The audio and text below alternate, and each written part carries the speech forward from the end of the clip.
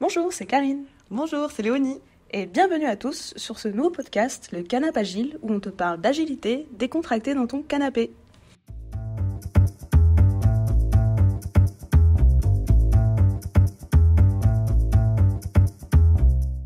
Aujourd'hui, nous recevons Guénaël, directeur des opérations adjoint de Widoo et chef de tribu, pour vous parler de son expérience autour de l'agilité.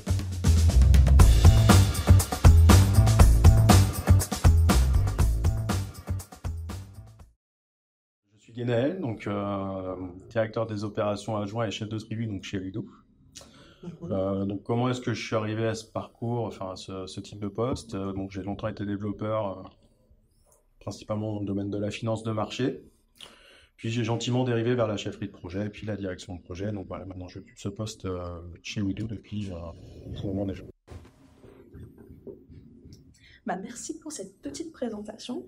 Alors on est là pour discuter agilité et on entend souvent que l'agilité dans les organisations c'est être flexible, s'adapter rapidement au changement, mais finalement c'est un terme qui est un peu flou. Et du coup, qu'est-ce que c'est pour toi l'agilité ? Alors effectivement, je pense qu'on entend parler d'agilité un petit peu à toutes les sauces de nos jours. C'est un petit peu un fonctionnement, une manière de fonctionner dans le travail qui vise un petit peu à toutes les sauces, qui fait qu'on est de plus en plus perdu quand on en entend parler. On arrive sur des projets, tout le monde travaille en agile, mais personne ne l'applique de la même manière. Moi, je pense avant tout que là, l'agilité, c'est avant tout la communication et les échanges qu'on peut avoir avec le client et surtout de l'adaptabilité en fonction du contexte du projet sur lequel on intervient. Et finalement, pourquoi est-ce qu'on devrait travailler en agilité ? Ça, c'est une vaste question. Pourquoi est-ce qu'on devrait travailler en agilité ? Alors, l'agilité n'est pas forcément un mode de fonctionnement qui est adapté à tous les dispositifs projet. Par contre, en revanche, c'est quand même adapté à un grand nombre de projets. Pourquoi est-ce qu'on devrait travailler en agilité ? Parce que ça permet justement de présenter le contenu de ce qu'une équipe réalise de façon itérative, très souvent à nos clients, ce qui leur permet effectivement de toucher le produit, de jouer un petit peu avec, de se rendre compte de ce qu'ils peuvent faire avec, et surtout déterminer si les positionnements qu'ils ont pris sont adéquats avec le besoin auquel ils pensaient initialement. Et ça permet donc une plus grande adaptabilité du produit.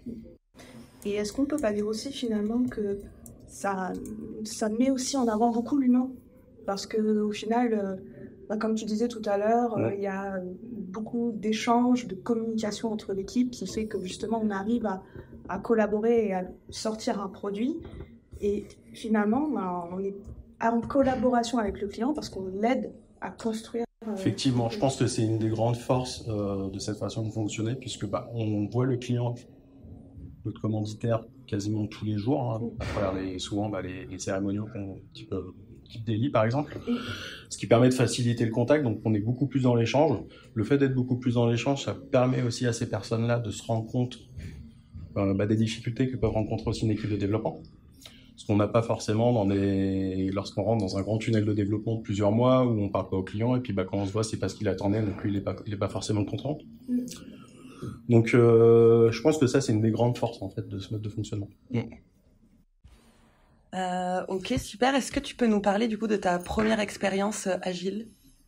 Alors ma première expérience agile, ça va dater d'il y a peut-être un petit moment. On va pas parler d'agilité au même sens que l'agilité qu'on connaît à l'heure actuelle avec des frameworks de type Scrum, mais je pense que c'est des projets qui en prenaient déjà un petit peu la direction à l'époque. Donc c'était en 2010 lorsque je travaillais donc chez un client bancaire dans le domaine du bancaire.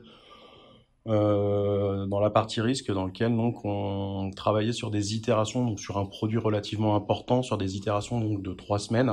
Donc bien entendu, il n'y avait pas toutes ces cérémonies qu'on connaît dans des frameworks comme Scrum. Mais on avait quand même un delivery qui était un peu plus, on va dire, rapide, voire constant, que lorsqu'on est dans des gros tunnels de développement de plusieurs mois. Voilà, donc ça a été vraiment une première expérience dans laquelle on intégrait également des outillages qui permettaient de faire de la livraison continue, des tests en automatisé, etc. Donc voilà, ça a été ma première véritable expérience en agilité. Et pour toi, finalement, c'est quoi les arguments pour promouvoir l'agilité dans les projets ? L'agilité dans les projets. On parlait d'un argument qui pour moi est essentiel tout à l'heure, qui est l'aspect communication. Le fait de se voir souvent, de voir la personne qui va réceptionner le produit de façon régulière, ça permet de créer de l'échange et créer quelque chose qui fait qu'on est tous une équipe, on est tous dans le même bateau. D'ailleurs, quand on parle de Scrum, on parle d'équipe Scrum, hein. On ne parle pas de dev ou de... Voilà, enfin, cette équipe est composée du product owner, du Scrum et des développeurs, mais tout le monde est dans le même bateau et les parties prenantes sont également embarquées dans les différentes cérémonies pour qu'on puisse justement leur présenter le delivery. Ok, et comment du coup arriver à inculquer ce mindset-là au client? Alors, s'il n'a pas de lui-même ou si c'est pas une volonté de sa part.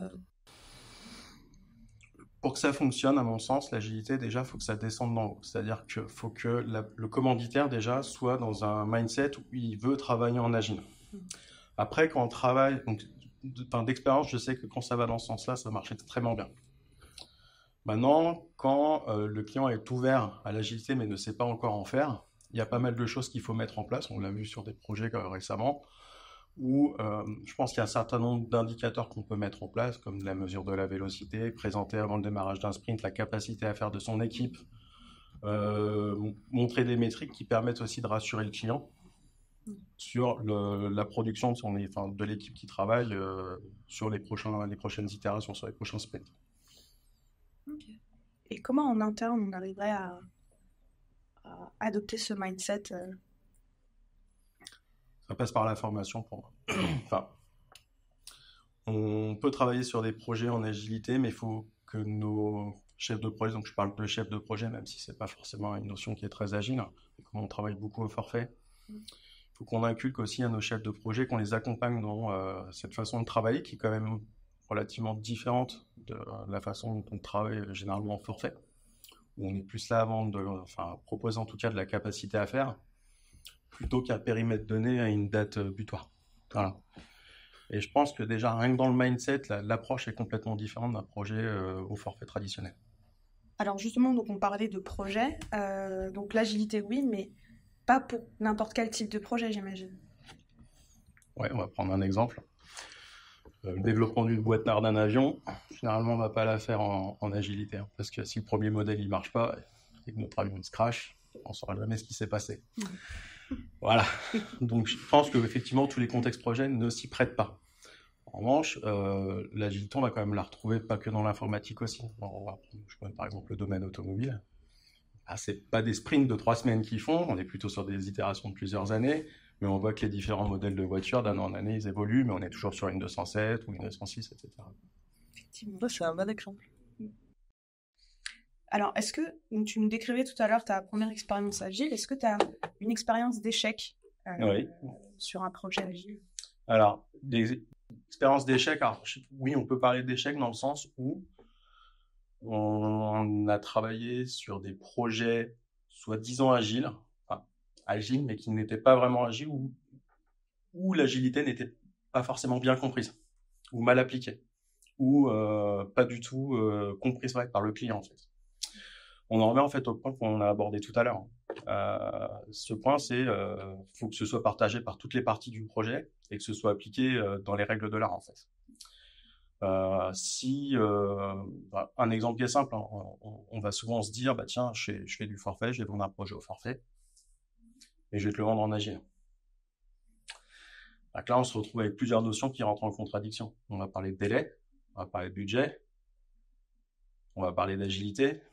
Sauf que quand on parle d'agilité, ça veut dire, tiens, t'es agile, je veux m'ajouter à une petite fonctionnalité, là, ça coûte quasiment rien, sauf que toi, tu as un budget et des délais à respecter. Donc forcément, tu en arrives à des éléments qui rentrent en contradiction, et ce type de projet, à mon sens, est compliqué et ça peut mener à des situations d'échec. Ok, du coup, quelle leçon tirer de cet échec, soit avec comme des rétros par exemple, ou au global, soit avec la même équipe pour les futurs projets, comment faire en sorte que ça ne se reproduise pas? Alors, il y a plusieurs aspects à mon sens. Donc effectivement, là, tu as parlé de rétrospective, quelque chose qui peut se faire déjà en interne d'une équipe sur un même projet. Et là, on est déjà dans un cadre qui est fortement agile. Alors, donc, tu es sur ton projet et tu fais tes rétrospectives en sprint pour savoir qu'est-ce que tu veux améliorer. Après, de façon plus globale, je pense il faut pareil, par ce qu'on disait tout à l'heure, on parlait de formation, il faut qu'on inculque aussi chez nous, nos chefs de projet, que le mode de fonctionnement en agile est différent du mode de fonctionnement au forfait pur et dur. On ne peut pas faire d'agilité dans un cadre forfaitaire pur et dur. Il faut l'adapter. Et ça, il faut que ce soit bien compris dès le départ. C'est quand on parle de délai et de budget et que j'entends des équipes me dire « nous, on chiffre en story point », et c'est nous qui décidons ce qu'on veut mettre dedans. Bah non, ça marche pas, parce que tes délais, t'es obligé de les respecter et t'as tant de fonctionnalités à mettre dedans. Donc, si t'as un chef de projet là qui va te dire, bah là, tu fais ça sur ce sprint-là, ça sur le suivant. Du coup, qu'est-ce que tu as pu proposer dans cette situation d'échec? Alors, donc je prends en exemple un projet auquel je pense en particulier, un projet qui a été relativement complexe dans une précédente vie.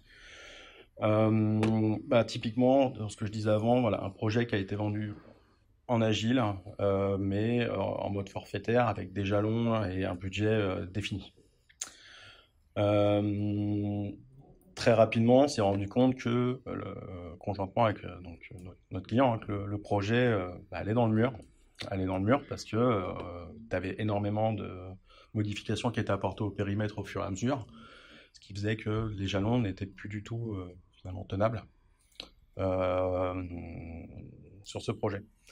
Donc, qu'est-ce qu'on a fini par mettre en place? Donc, il y a eu beaucoup d'échanges sur justement le mode de fonctionnement, parce qu'on avait un client qui ne maîtrisait justement pas l'agilité, bien qu'ils étaient accompagnés par un coach agile, ce qui fait que l'agilité était mal comprise. Donc, on a eu beaucoup d'échanges autour de ça et on a fini par retransformer ce marché-là sur un mode donc, qui n'était plus forfaitaire, mais vraiment sur un mode où on avait de la capacité à faire, qui étaient à chaque fois des sprints qui nous permettaient d'avancer sur les différents sujets et justement d'anticiper les différents retours utilisateurs. Quand tu dis échange, donc on entend effectivement c'est l'une des choses dans l'agilité qui est très très importante. C'est quoi comme type d'échange? Est-ce que ça va être finalement c'est quoi l'agilité, les valeurs, les principes, etc. C'est quoi? Alors finalement déjà, ça a été des échanges dans un premier temps un peu conflictuels. Ouais. On imagine bien. Ouais. Et ensuite, effectivement, on a dû reposer certaines choses sur comment est-ce qu'on veut fonctionner autour de l'agilité. Donc les cérémoniaux étaient déjà mis en place, ça n'avait pas de sujet, mais c'était plutôt sur l'aspect, on va dire, un peu plus contractuel. Comment est-ce qu'on avance, effectivement, sur ce sprint-là, j'ai tant de bonhommes qui sont là, donc la capacité à faire les temps et on avançait comme ça. D'accord, donc c'est une redéfinition peut-être du scope et aussi redéfinition de l'organisation principalement. D'accord, ok. Ok, selon toi, du coup, quelles seraient les limites de ce mindset agile, soit les inconvénients ou quelles limites on pourrait avoir au global ou alors des limites que tu as pu rencontrer ponctuellement sur tes projets? Une limite à laquelle je pourrais penser, c'est... Après, on est sur la plupart du temps, on est dans des choses qui sont relativement bien cadrées, hein, quand on parle du framework, de framework comme Scrum, hein. Mais typiquement, une fois de plus, si c'est mal compris, on pourrait s'imaginer avoir des équipes agiles de plus de 10 personnes, des grosses équipes, où là on se rendrait compte typiquement que ça ne marcherait pas. En fait, on va beaucoup tourner autour de la compréhension de la façon de travailler, à mon sens. Donc la taille de l'équipe. La taille de l'équipe, voilà, faut pas qu'on ait plus de 10 personnes sur une équipe agile, sinon ça ne marche pas. Enfin, ça ne peut pas marcher en fait. Ok. Eh bien, merci beaucoup, Guénel, pour ton intervention sur ce premier podcast Canap Agile. À bientôt pour d'autres épisodes du Canap Agile. N'hésitez pas à faire vos retours sur le format, le contenu et les prochains sujets que vous souhaiteriez qu'on aborde.